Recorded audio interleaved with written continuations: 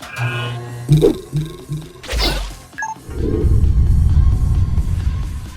วัสดีครับกลับมาพบกันอีกครั้งกับ mercola.com Review ครับถ้านึกถึงแบรนด์หูฟังที่ให้ความคุ้มค่าแต่ราคาเบาเนี่ยก็คงไม่มีใครไม่นึกถึงแบรนด์ FiiO แน่นอนครับซึ่งวันนี้เนี่ยเราจะมารีวิวเจ้าตัวนี้เลยครับ FiiO FH5 หูฟัง In-ear monitor ตัวท็อปของแบรนด์ FiiO เลยครับที่เพิ่งเปิดตัวมาราคาอยู่ที่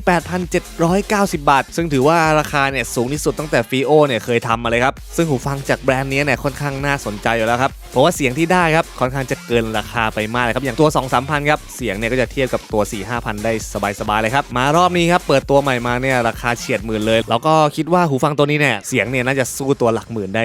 สบายๆเลยครับก็มาดูหูฟังราคาใกล้เคียงกันจากแบรนด์อื่นๆก่อนเลยครับ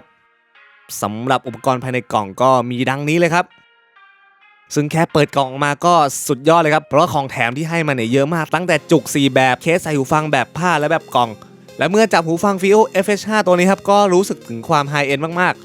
เพราะตัวบอดี้เนี่ยทำจากอลูมิเนียมให้ความแข็งแรงแบบสุดๆเหยียบหรือตกไปเนี่ยมั่นใจว่าไม่เป็นไรแน่นอนครับการดีไซน์ก็ค่อนข้างจะลงตัวมากส่วนการสวมใส่ก็ใส่แบบคล้องหูครับตัวหูฟังก็ออกแบบมาโค้งรับกับใบหูครับให้ฟีลแบบหูฟังคัสตอมเลยครับเวลาใส่แล้วสบายมากๆที่สำคัญถ้าใส่แล้วเผลอหลับหูฟังตัวนี้ก็จะแบนราบไม่ทำให้เจ็บหูอีกด้วยครับก็มาดูที่สายกันบ้างครับก็จะเป็นขั้ว MMCX ครับที่เป็นขั้วยอดนิยมเลยครับถอดมาอัปเกรดได้แต่สายเดิมๆที่ให้มาก็จัดว่าโหดอยู่แล้วครับเพราะว่าเป็นสายถักเงินผสมทองแดงแต่ตัวนี้ครับก็ต้องบอกไว้ก่อนเลยว่าไม่มีไมโครโฟนมาให้เพราะว่าเน้นการฟังเพลงโดยเฉพาะเลยครับส่วนสเปคภายในครับตัว FH5 ตัวนี้ก็มาสเปคแบบจัดเต็มเลยไดรเวอร์ข้างและ4ตัว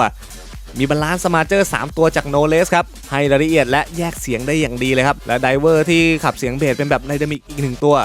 ให้เสียงได้ลึกและเต็มอิ่มแน่ๆครับเชื่อมต่อ 3.5 หรือแบบ aux ครับและขับไม่ยากครับตัวนี้แต่ถ้ามี DAC amp ดีๆเนี่ยก็จะเพิ่มไปได้อีกในระดับหนึ่งเลยครับอีกจุดที่ขอพูดเลยครับก็คือจุกหูฟังแบบต่างๆที่ให้มาช่วยปรับเสียงเพิ่มเติมได้เช่นจุกหูฟังเบสก็จะทำให้เบสเนี่ยลูกใหญ่มากขึ้น impact เยอะขึ้น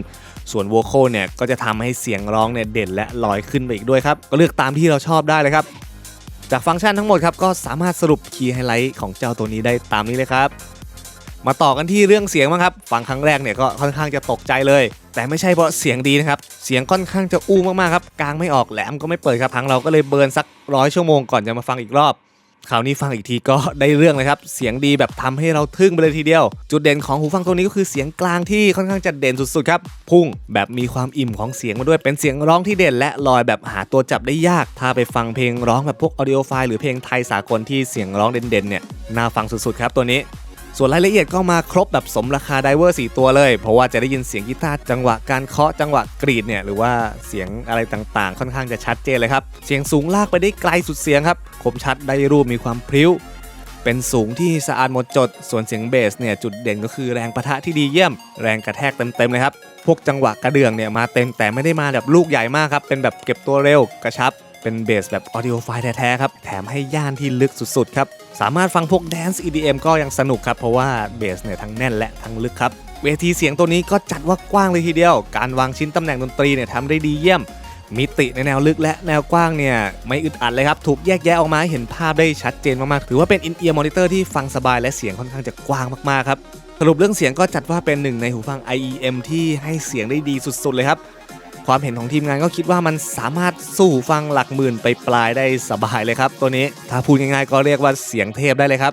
สรุปเลยครับก็ใครที่ชอบฟังเพลงและก็กำลังหาหูฟัง In-ear monitor ที่เน้นการฟังเพลงจริงจังในราคาไม่เกินหมื่นแต่ให้เสียงได้ในระดับเกือบ 20,000 เนี่ย FiiO FH5 ตัวนี้น่าจะถูกใจแน่นอนครับก็ FiiO FH5 ตัวนี้ครับก็ราคา 8,790 บาทเท่านั้นครับที่ทางเราก็น่าจะคิดว่าตัวนี้เนี่ยน่าจะเป็นหูฟัง In-ear monitor แห่งปี 2018 เลยก็ว่าได้ครับสุดท้ายนี้ครับหวังว่ารีวิวนี้จะสามารถช่วยคุณตัดสินใจเลือกซื้อหูฟังได้อย่างดีขึ้นครับมีคำถามอะไรก็มาคุยกับเราที่ด้านล่างหรือว่าอยากให้เราทำรีวิวตัวไหนก็มาพูดคุยกันได้ครับและอย่าลืมกด Subscribe กดไลค์ให้เราด้วยครับส่วนถ้าสนใจสั่งซื้อสินค้าก็ไปได้ที่ www.mercola.com สำหรับวันนี้ก็สวัสดีครับ